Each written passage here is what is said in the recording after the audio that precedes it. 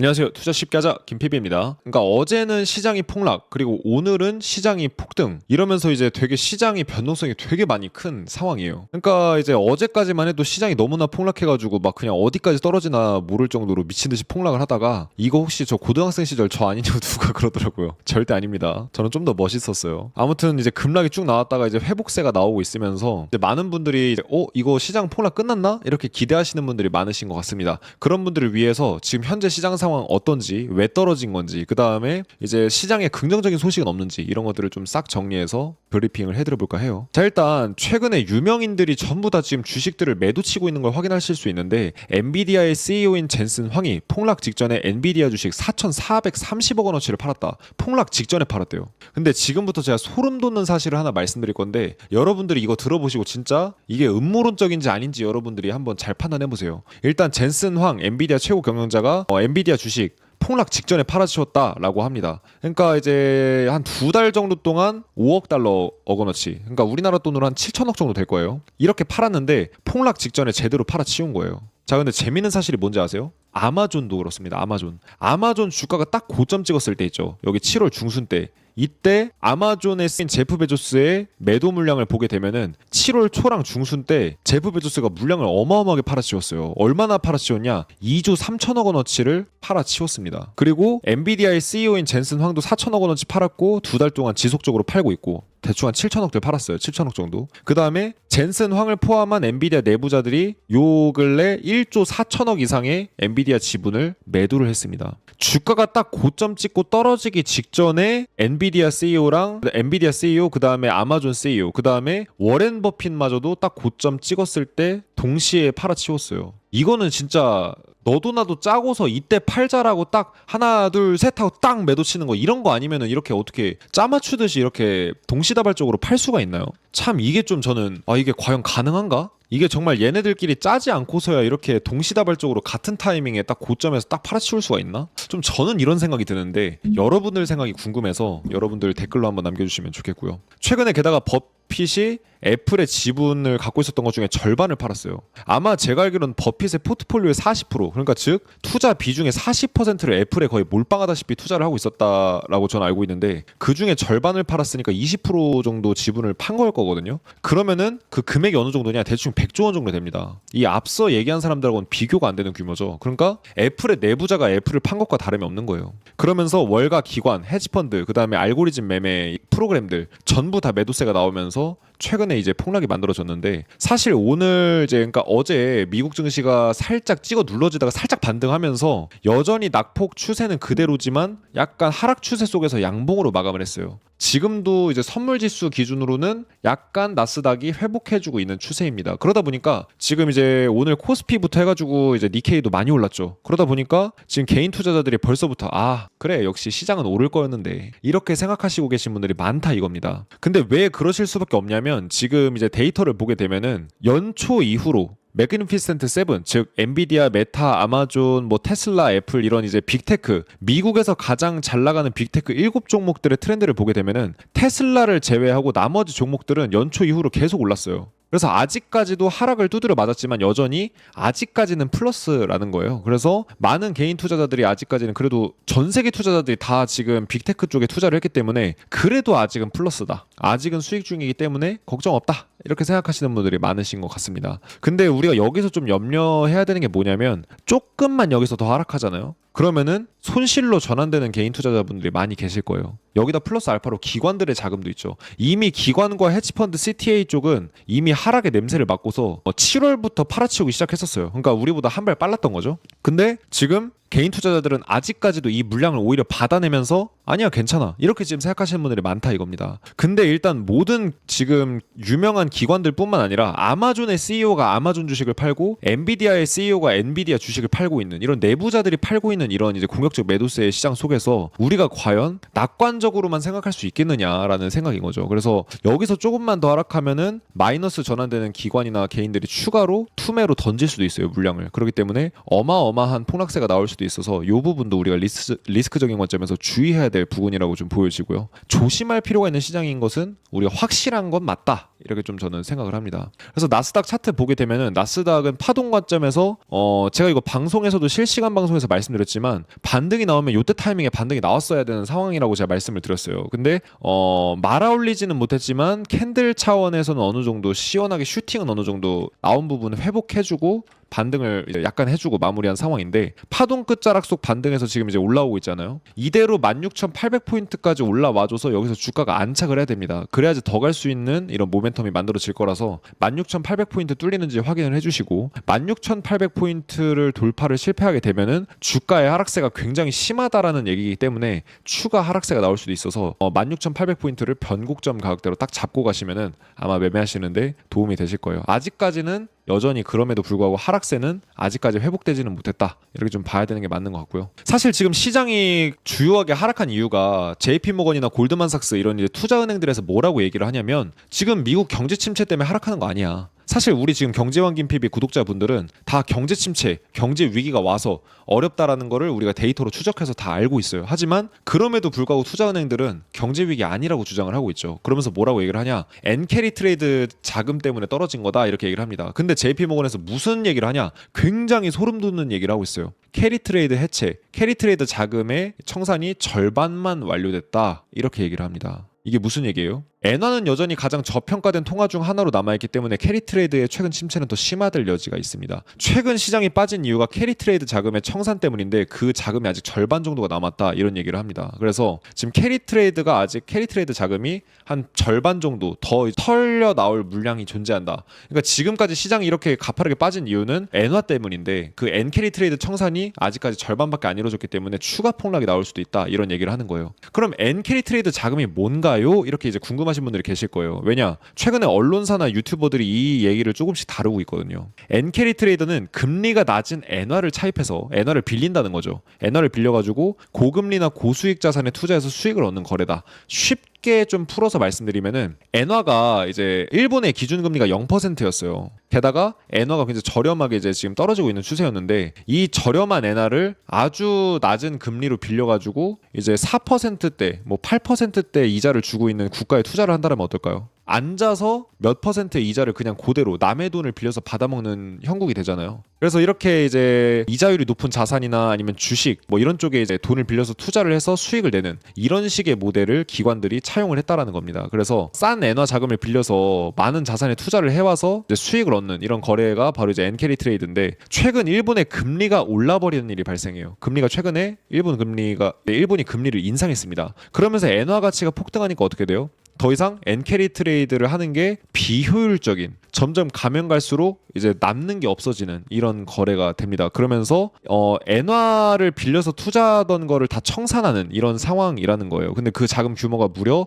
2경 7천조 원 정도 된다라고 합니다. 근데 여기서 지금 JP모건이 주장하는 거는 이 중에 절반만 정리가 됐다. 그렇기 때문에 아직까지도 1경원 이상의 엔캐리 자금이 남아있고 이 1경원마저 또다시 지금 시장에 청산 물량으로 나오게 되면은 지금 하락했던 것만큼 또 폭락할 수가 있다. 이런 얘기를 지금 하고 있는 거라고 좀 보여줘요. 근데 중요한 게 뭐냐면 그럼 엔캐리, 엔화 빌려가지고 어디다 투자를 했냐? 모든 자산에 다 투자했어요. 암호화폐에도 심지어 투자가 돼 있다고 합니다. 그래서 요번에 막 자산시장 폭락할 때 암호화폐 시장도 굉장히 많이 빠졌었잖아요. 그 이유가 엔캐리 트레이드 때문이다 이렇게 얘기를 합니다. 엔캐리는 모든 자산에 다 들어가 있어요. 그러니까 엔화로 빌린 돈이 주식이고 뭐 부동산이고 뭐 코인이고 뭐고 다 들어가 있는 거죠. 채권이고 뭐고. 그래가지고 암호화폐도 흔들렸던 거고 이런 엔캐리 트레이드가 청산 물량이 추가로 지금 일본 금리는 계속 높아지려고 할 거기 때문에 엔캐리 트레이드 청산 자금이 계속 나오면 나올수록 시장은 더 강하게 빠질 수가 있다. 근데 지금 하필 요 타이밍에 맞물리고 있어요. 여기서 조금만 더 하락하면은 투매 물량이 나올 수 있다고 말씀드렸잖아요. 예를 들어서 주가가 여기까지 하락했을 때는 원금이기 때문에 괜찮아 걱정 없어 다 버티던 개인 투자자나 기관들도 이제 엔캐리 트레이드 청산이 한 번 더 나와서 만약에 추가로 폭락하게 되면 어떻게 돼요? 안 되겠다 하고서 얘네들 물량이 자기가 갖고 있었던 물량마저 다 털어내는 이런 장이 올 수 있는 거예요. 그러면은 여기까지 빠져야 될 주가가 이 공포의 투매장으로 추가로 폭락할 수 있는 이런 이제 스노우볼 효과를 만들 수 있기 때문에 우리가 그 점을 좀 주의를 하고 가야 되는 거죠. 그래서 시장의 상승을 보시든 하락을 보시든 지금 시장 상황에서 시장의 하락을 유발한 요인, 그 다음에 우리가 대처해야 될 방안 이런 것들을 생각해보고 접근하시는 게 조금 더 합리적이다 이런 생각이 들고요. 어떤 분들이 이렇게 주장을 하시더라고요. 일본이 금리를 높이기 시작하면 늘 하락장이 왔다. 근데 실제로 보니까 어느 정도 일리가 있는 얘기예요. 지금 이제 금리가 올라가면서 시장의 하락세가 막 나오고 있기 시작한데 2008년 글로벌 금융위기, 그 다음에 이제 닷컴 버블, 그 다음에 1990년 경제 침체 때 이제 그것들이 터지기 전에 일본이 금리를 올리면서 그 이후에 경제 위기가 터진 실제로 그렇게 움직였더라고요. 보니까 2008년 글로벌 금융위기 터지기 전에 2006년 7년부터 일본이 금리를 인상하기 시작했고요. 1990년대에도 전 세계적인 경제 침체가 있었는데 이때도 일본이 선제적으로 금리를 높이면서 그 이후에 경제 위기가 온 거를 확인하실 수가 있습니다. 뭐 닷컴 버블 때도 마찬가지고요. 그래서 지금도 일본이 금리를 높이고 있는 게 위기 신호다 이런 식의 얘기를 합니다. 이렇게 일본이 금리를 높이게 되면 경단위의 이제 자금이 모든 자산 시장에서 쑥 빠져나오기 때문에 1차로 시장이 폭락하고 1차로 폭락한 시장에 겁먹은 개인들과 기관들이 투매를 하면은 2차로 폭락하고 이런 이제 시나리오가 이어진다라는 거죠. 아 그러면은 시장에 긍정적인 이슈는 없냐? 긍정적인 이슈가 있습니다. 이걸 이제 빅스 지수라는 걸로 풀 수 있는데 최근에 빅스 지수가 진짜 어제 장난 아니었죠. 시장이 폭락하면서 빅스 지수가 184%포인트까지 높아졌다가 60%대로 지금 조정을 받고 마감을 했는데 사실 이거 굉장히 심각한 상황이에요. 요때만큼만 보더라도 글로벌 금융위기 당시보다도 변동성이 훨씬 큰데 진짜 어제 그 공포의 장은 사실은 말도 안 되는 수준의 변동성이었습니다. 그래서 이거 굉장히 뭔가 큰 일이 터져도 날 것 같다 이런 식으로 지금 얘기를 하는 것과 다름이 없는데 빅스 지수와 관련해서 몇 가지 데이터가 있어요. 지금 빅스 지수가 1990년대 이래로 34년 동안 빅스 지수가 이렇게나 변동성이 커졌던 적이 없습니다. 경제 침체 때나 그런 장이 아니면 거의 없는데 역사상 두 번째 빅스 지수의 변동성을 이렇게 기록해줬거든요. 그러니까 변동성이 어마어마하게 큰 거죠. 근데 이런 통계가 있습니다. 빅스 지수가 65포인트 이상까지 상승하고 하면은 하락 쪽의 마무리 자리인 경우가 많았다. 하락을 끝내고 올라가기 시작하는 바닥 자리인 경우가 많았다. 이런 통계도 있어요. 그래서 상승을 보시는 분들은 요 정보도 한번 참고해 보시고 그 대신에 제가 봤을 때는 빅스 지수가 다시 주저앉아서 20포인트 이하로 수일 내로 뭐 빠르면 이번 주면 좋겠죠. 이번 주 내로 20포인트 이하로 꺾여야만 요게 좀 이제 적용이 되지 않을까. 왜냐면 금융위기 때는 떨어질 듯 말 듯 하면서 계속 이 빅스 지수가 올랐거든요.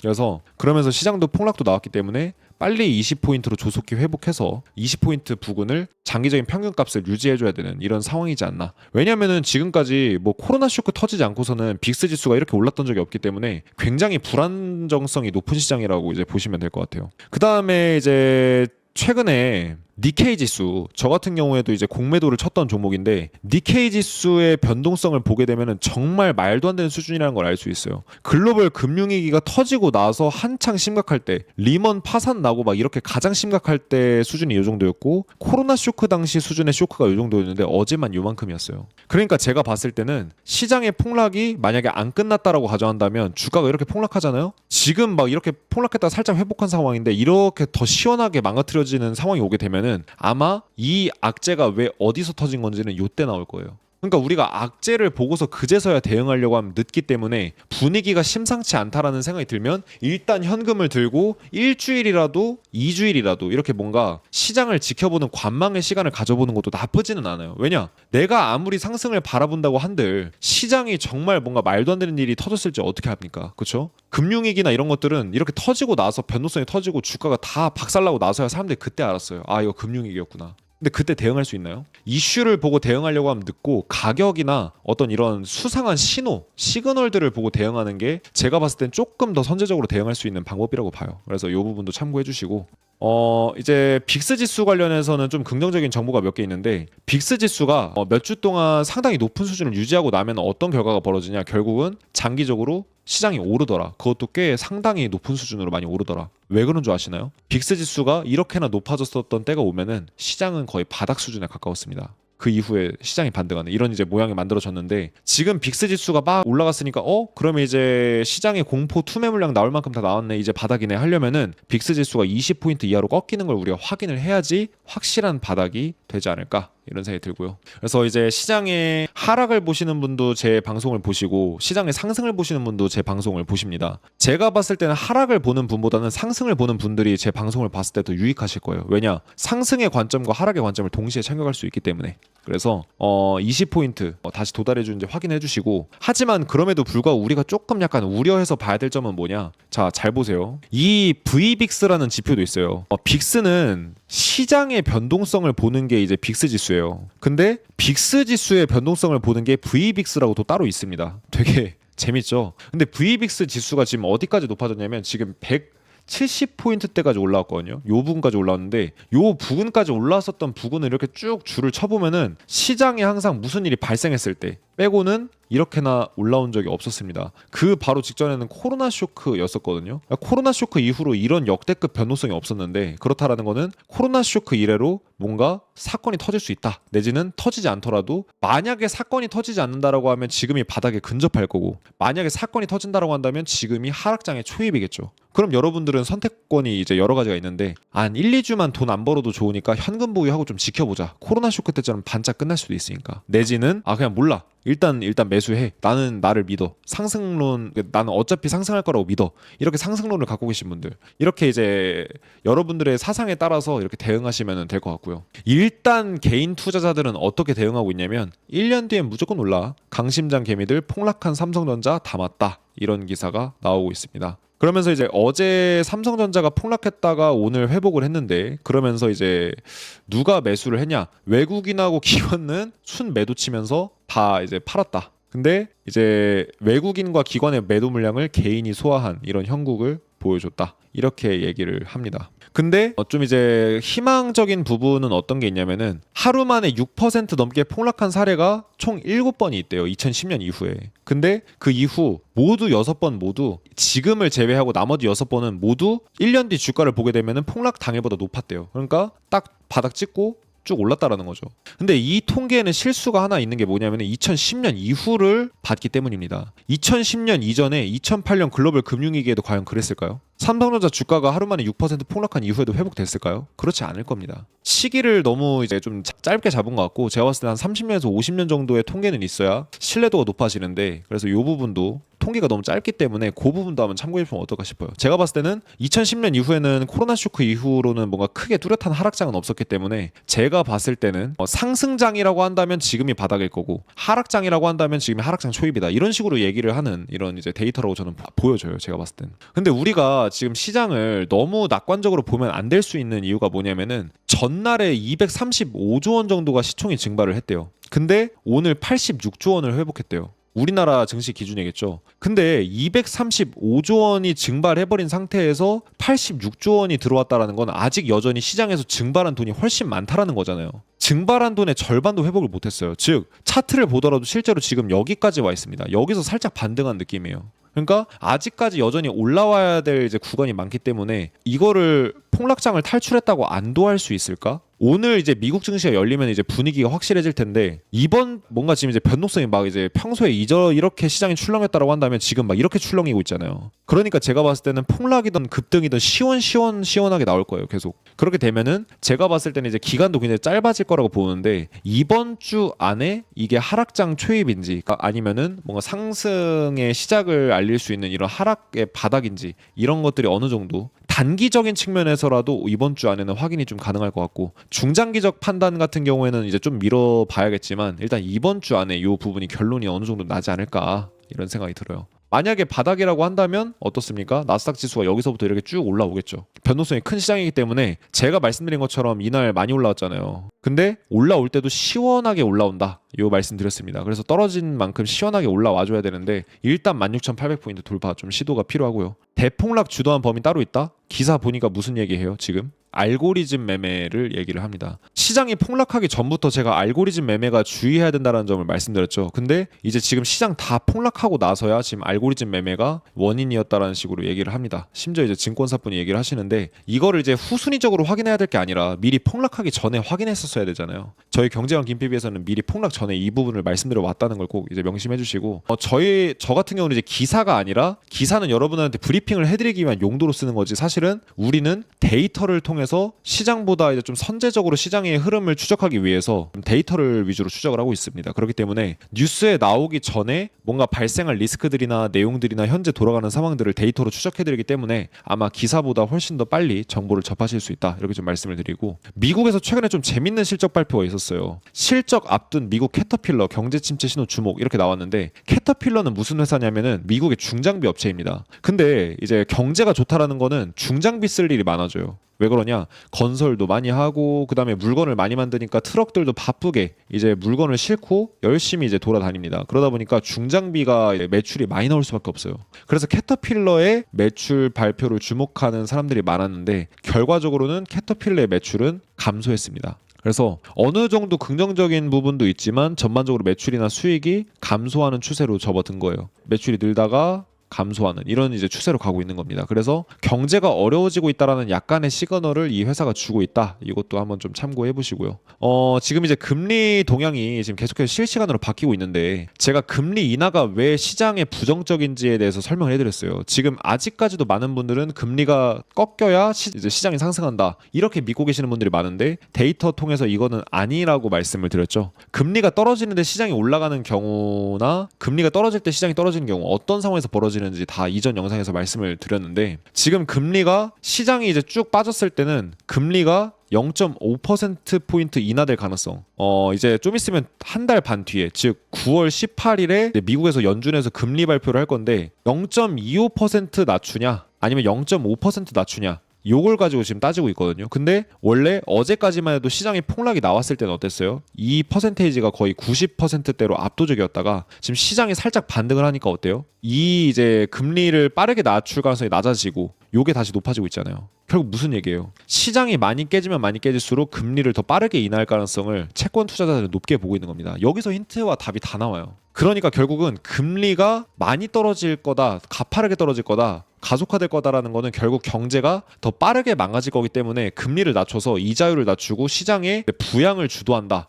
이런 의미로 좀 받아들이시는 게 좋을 것 같아요. 그래서 지금 금리 지금 이렇게 좀 금리 인하, 그래도 여전히 아직까지는 빅스텝 가능성을 높게 보고 있기 때문에 금리를 0.5%를 빅스텝해서 낮춘다라고 이제 채권 투자자들이 보고 있다라는 건 아직 경제 쪽의 리스크가 전혀 제거되지 않은 상태라는 이제 관점을 갖고 있는 겁니다. 근데 전 세계 투자 시장에서 주식 시장보다 훨씬 더 큰 시장이 채권 시장이랑 외환 시장이에요. 그래서 채권 쪽이랑 외환 쪽 투자자들이 어떻게 관점을 갖고 있는지가 되게 중요합니다. 시장을 판단할 때. 우리는 주식 시장을 보고 주식의 미래를 판단하지만 사실 큰 물에서 작은 물로 돈이 이제 흐르거든요. 윗물에서 아랫물로 흘러요. 그런 것처럼 채권과 외환 시장이 훨씬 더 크기 때문에 시장에 미치는 영향과 미래를 예측하는 능력 또한 채권 시장이 주식 시장에 비해서 더 우수합니다. 그렇기 때문에 주식 시장의 전망을 알려면 채권 시장 봐야 되는데, 아직까지 채권 투자자들은 경제 쪽 리스크가 전혀 제거되지 않았다, 이렇게 판단을 하는 것 같아요. 그래서 이 부분도 한번 참고해 보셔서 여러분들이 하락 관점, 상승 관점 상관없이 여러분들 매매에 좀 도움되셨기를 바라면서